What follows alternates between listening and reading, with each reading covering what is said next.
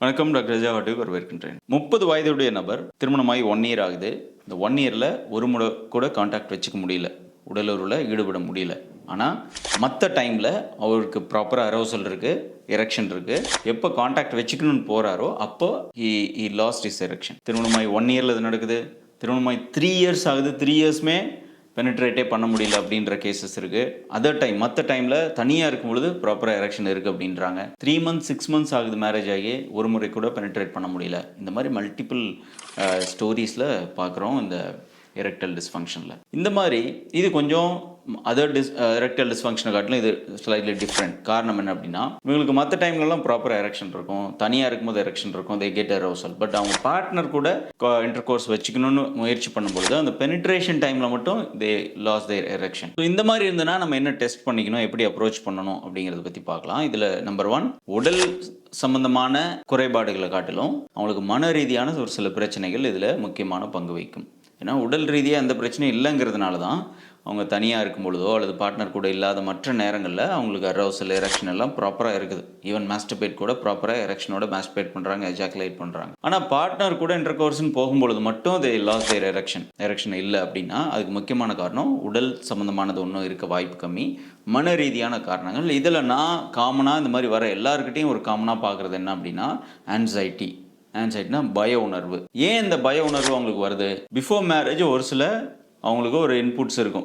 என்ன இன்புட்னா, நம்ம இந்த பார்ட்னரை திருப்திப்படுத்துறது அப்படிங்கிற டேர்ம் அவங்க மனசில் ஆழமாக பதிஞ்சிடுறது. ரெண்டாவது, குழந்தை சம்மந்தமாக நம்ம கான்டாக்ட் வச்சுக்கிறோம், குழந்தை பிறக்குமா பிறக்காதா, எவ்வளோ நாளில் குழந்தை பிறக்கும், அல்லது குழந்தை பிறக்கலாம் நம்மளை கேட்பாங்களா, 1 இயரில் குழந்தை ஃபார்ம் ஆகலாம் நம்மளை கேட்பாங்க. இந்த மாதிரி ஒரு ப்ரீ கன்சம்ஷன் தாட்ஸ் அவங்களுக்கு இருந்துகிட்ருக்கும். 3வது, பார்ட்னர் இந்த இன்டர் கோர்ஸை எப்படி ரேட் பண்ணுவாங்க, எவ்வளோ மார்க் கொடுப்பாங்க, அல்லது சாட்டிஸ்ஃபை ஆவாங்களா, நம்மளை குறைச்சி மதிப்பிட்டுருவாங்களா, நம்மளை நல்ல ஒரு ஆண் தான் அப்படின்னு எடுத்துக்குவாங்களா, இல்லை இவரால் முடியலன்னு நினச்சிப்பாங்களா அப்படின்னு அந்த ரேட்டிங் இருக்கும் மைண்டில் எப்போவுமே. ஒய்ஃப் அந்த இன்டர் கோர்ஸ்க்கு என்ன ரேட் கொடுப்பாங்க அப்படிங்கிற மாதிரி என்ன சொல்ல போகிறதில்ல, பட் மைண்டில் நம்மளை எப்படி அவங்க அஸ்யூம் பண்ணுவாங்க அப்படிங்கிற ஒரு பயம். இந்த 3 விதமான முக்கியமான காரணங்களால் தான் இந்த செக்ஷுவல் ஆன்சைட்டி வருது. இது காய்டஸ் ஆன்சைட்டினா அந்த டைமில் மட்டும் வரக்கூடிய பயம், மற்ற டைமில் they will be all right. So இதை போக்கணும், இதுலேருந்து நீங்கள் வெளியில் வரணும்னா நம்பர் 1, இந்த மாதிரி இருக்கும் பொழுது ஒரு 1 or 2 months நீங்கள் மேரிட்டல் லைஃப்பில் இருக்கிறீங்க, பட் பெனிட்ரேட் பண்ணுற அளவுக்கு எரெக்ஷன் வரலன்னா ஃபஸ்ட்டு ஒரு ஜென்ரல் ஹார்மோனல் செக்அப்லாம் பண்ணிக்கணும். ஒரு டெஸ்டோஸ்டரான் பார்க்கலாம், உங்களுக்கு தைராய்டு ப்ரொஃபைல் பார்க்கலாம், பிளட் சுகர், கொலஸ்ட்ரால் இந்த மாதிரிலாம் பார்க்கலாம்.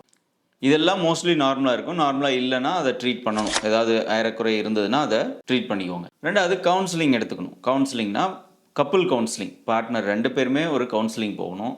இந்த கவுன்சிலிங்கில் எந்த ஃபியர் ஃபேக்டர், இப்போ நான் சொன்ன ஒரு சில ஃபேக்டர்ஸில் எது உங்களை டிஸ்டர்ப் பண்ணுது அப்படின்னு தெரிஞ்சுட்டு அதை நீங்கள் அட்ரஸ் பண்ண பார்க்கணும். முக்கியமாக இந்த மாதிரி இருக்கும் பொழுது மக்கள் பண்ணுற ஒரு தவறு என்ன அப்படின்னா, ஆண்கள் பண்ணுற ஒரு எரர், தனக்கு 100% எரெக்ஷன் இருந்தால் மட்டும்தான் நான் பெனிட்ரேட் பண்ணுவேன், இல்லைனா நான் காய்டஸ்க்கே போக மாட்டேன், உடலுறவுக்கே நான் போகிறதில்ல, நான் அப்ரோச்சே பண்ணுறதில்ல, நானே வேறு ரீசன் சொல்லி நான் அவாய்ட் பண்ணிடுறேன், கை வலிக்குது, கால் வலிக்குது, உடம்பு வலிக்குது, ஏதோ ஒன்று சொல்லி அப்படியே அவாய்ட் பண்ணிகிட்டே காலத்தை ஓட்டிக்கிட்டே இருக்கிறது. இந்த மாதிரி தயவு செஞ்சு பண்ணக்கூடாது. அதாவது 100% எரெக்ஷன் இருந்தால் தான் அப்படின்னு தயவு செஞ்சு வெயிட் பண்ணாதீங்க.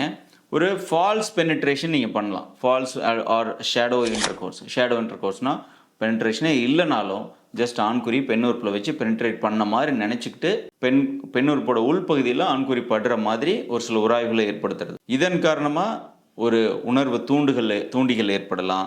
இந்த தூண்டுதலின் காரணமாக அந்த கிளான்ஸ் பென்னிஸில், ஆண்களுடைய அந்த கிளான்ஸ் பென்னிஸில் தூண்டுதல் ஏற்பட்டு எரெக்ஷன் நாளுக்கு நாள் இம்ப்ரூவ் ஆகிறதுக்கு சான்ஸ் இருக்குது. இதை பண்ணணுன்னா கப்புள் கவுன்சிலிங் எடுத்துக்கணும். உங்கள் பார்ட்னர் இதுக்கு கோஆப்ரேட் பண்ணணும். பார்ட்னர் மதிப்பிடக்கூடாது. பார்ட்னரும் அவங்க இது சக்ஸஸ்ஃபுல்லான ஒரு இன்டர் கோர்ஸாக இருந்தாலும் பரவாயில்ல, இல்லை சக்ஸஸ்ஃபுல்லாக இல்லாத ஒரு இன்டர் கோர்ஸாக இருந்தாலும் பரவாயில்ல, லெட்ஸ் டூ அப்படின்னு சொல்லிட்டு they have to accept it. இதை 2 பேரும், அதாவது கப்புளில் ஆண் பெண் 2 பேரும் இதை ப்ராப்பராக அண்டர்ஸ்டாண்ட் பண்ணிக்கிட்டு ஒரு சில மாதம் இதை ப்ராப்பராக ப்ராக்டிஸ் பண்ணாங்க அப்படின்னா இந்த ஷேடோ பெனிட்ரேஷன் நாளுக்கு நாள் நல்ல ஒரு கம்ப்ளீட் பெனிட்ரேஷனாக, நல்ல ஒரு குவாலிட்டியான ஒரு ஹஸ்பண்ட் ஒய்ஃப் ரிலேஷன்ஷிப்பாக மாறுறதுக்கு நிறைய வாய்ப்புகள் இருக்குது. இது கூட நீங்கள் ஆண்மை விருத்தி சிகிச்சைகள் பண்ணலாம். சித்த ஆயுர்வேத மருந்துகளாக வருது, டேப்லெட் ஃபார்ம், லேகியம் ஃபார்மில் அந்த மாதிரி வருது. முடிஞ்ச அளவுக்கு இந்த வயாகிரா மாதிரி ரொம்ப எடுத்தோடனே எலோபதிக்கு போகாமல், எடுத்தோடனே அதிகமான ஒரு கெமிக்கல் தூண்டிகள் பயன்படுத்தாமல் நேச்சுரலாகவே இருக்கக்கூடிய ஆண்மை தூண்டிகளை, ஆண்மை பெருக்கிகளை மருந்தாக பயன்படுத்துறது. அது ஒரு அதிக நாட்கள் 3 to 6 months ப்ராப்பராக ஒரு தெரப்பி மாதிரி நீங்கள் கோர்ஸாக எடுத்துக்கிறது நல்லது.